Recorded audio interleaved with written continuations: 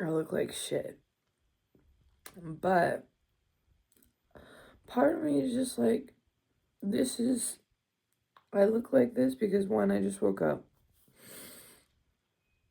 Two, I know eternally I'm going through something. I didn't realize you could feel so much relief and pain, and just all these interesting emotions, right? All at the same time. Because initially that's what I'm feeling right now. Part of me is just like in this space of, I know, it's okay. What I'm experiencing doesn't define who I am. How I look it is what it is. I may not look top tier, but that's the reality of being human. But it's one of those things that I'm just really proud of myself because I know this is like a reflection for me. This is growth for me. This is just superpower for me because I've done something that I was always afraid to do. And I overcame it and I just did it because I was like, you know what? You only live once.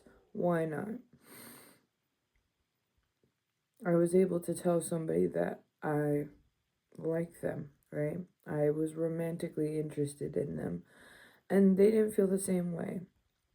And I've always been that person that's like, listen, if I like somebody, awesome. But I feel so deeply for people in general. So it's like one of those things where it's like, I know I have that fear of rejection, fear of, I just have all this assumption going through my mind. And so, yes, I would like to think they like me back. Yes, I would like to have that person feel the same way.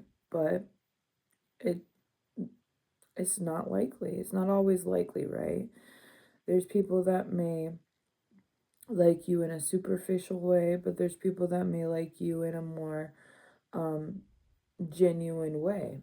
And for me, I've learned a lot within my own journey of how I want somebody to appreciate me, love me, and like me. I don't want somebody just to like me for how I look. I don't want somebody to just like me for, for a certain aspect in a way.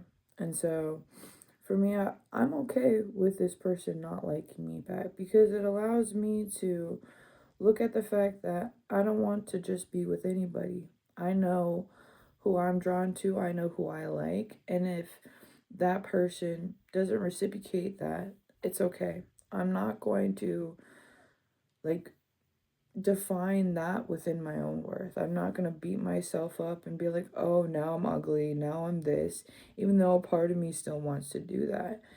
And so, me sitting here crying is not because I'm like, oh, well, that was stupid.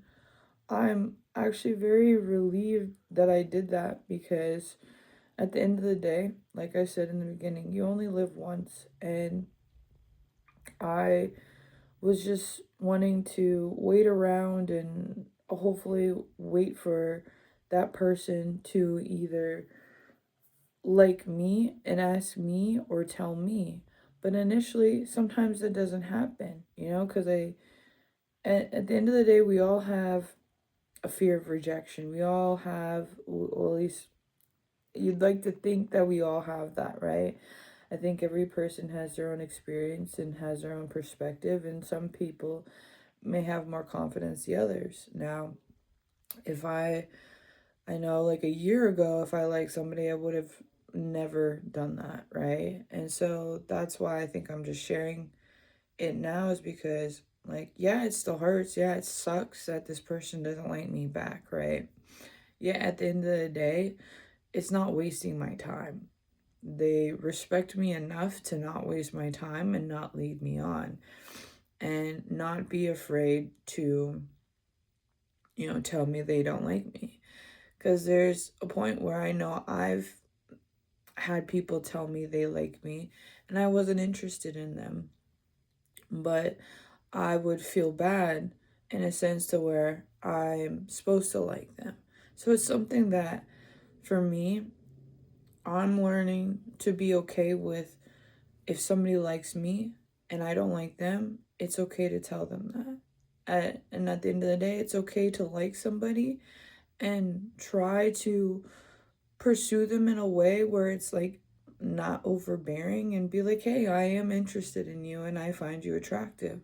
And if they don't find me, feel the same way, then that's okay too. And I think that's initially a healthy approach to connecting with people, trying to get to know somebody in a romantic way.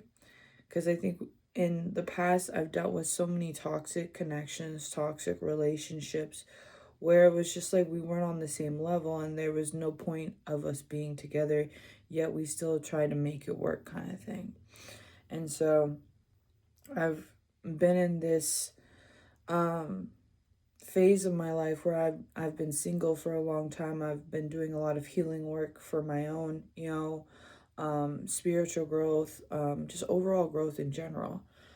And I've come a long way. And there's a part where it's like, okay, I am open and ready to try and connect with people that I'm attracted to or I'm interested in, right? And I think nowadays, at least I feel it's in a sense very hard, because I don't like to do dating apps anymore. I like to genuinely connect with people in person, become friends with them. And if there's that romantic spark, I would like to pursue that. But not everybody wants to do that or is at that level. And it's kind of just like you're on your journey, figuring shit out, and seeing where it takes you. And so initially today,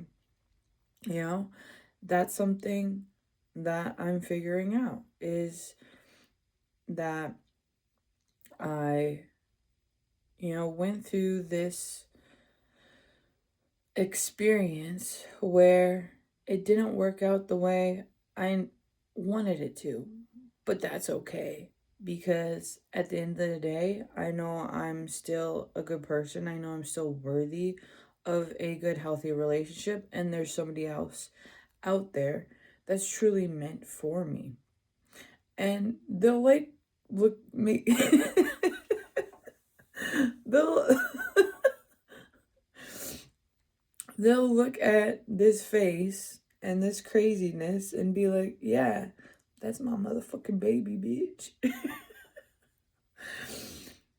But who knows, maybe I won't look like this in the future, and that's the beauty of change. That's the beauty of transformation. That's the beauty of wisdom and just growth overall, and just becoming a better version of self, because it's not easy. It's not something that you necessarily can teach, right? You have to experience it for yourself, go through a lot of ups and downs, struggles, challenges, rejections, so many things that, you can try and post and share about and talk about, but it's when you're going through the experience itself, that's what truly changes you. Not this video, not, me telling you my story and what I'm going through, but initially what you go through, what you experience in your life, in your day-to-day life, and just how you perceive life and how you take these challenges and make them work for you, how you transmute them and align them in a way that helps you continue to move forward. That was a lot to say. But I know I'm sharing this because somebody may need to hear it. Some may need to hear it to help trigger them into understanding, it's not about this video. It's more than that. And it's a beautiful thing, and it's a beautiful experience, and it's taken me a long time to get to this point, but I'm so grateful for it, because it allows me to feel even deeper and understand things at a deeper level, which I believe we are all meant to do. With that, if you don't know who I am, I go by Faefae Mae, that ancient artist. I'm a music artist, I'm a influencer, content creator, and I pretty much, my mission is to inspire people to become the best versions of themselves. So, check out my other videos if you want. Like, comment, share, subscribe to my channel. And just know that you're right where you need to be. Allow yourself to take a deep breath, breathe, and just love life again. Because, yeah, it can suck. Yeah, there's going to be days where it's confusing, nothing makes sense.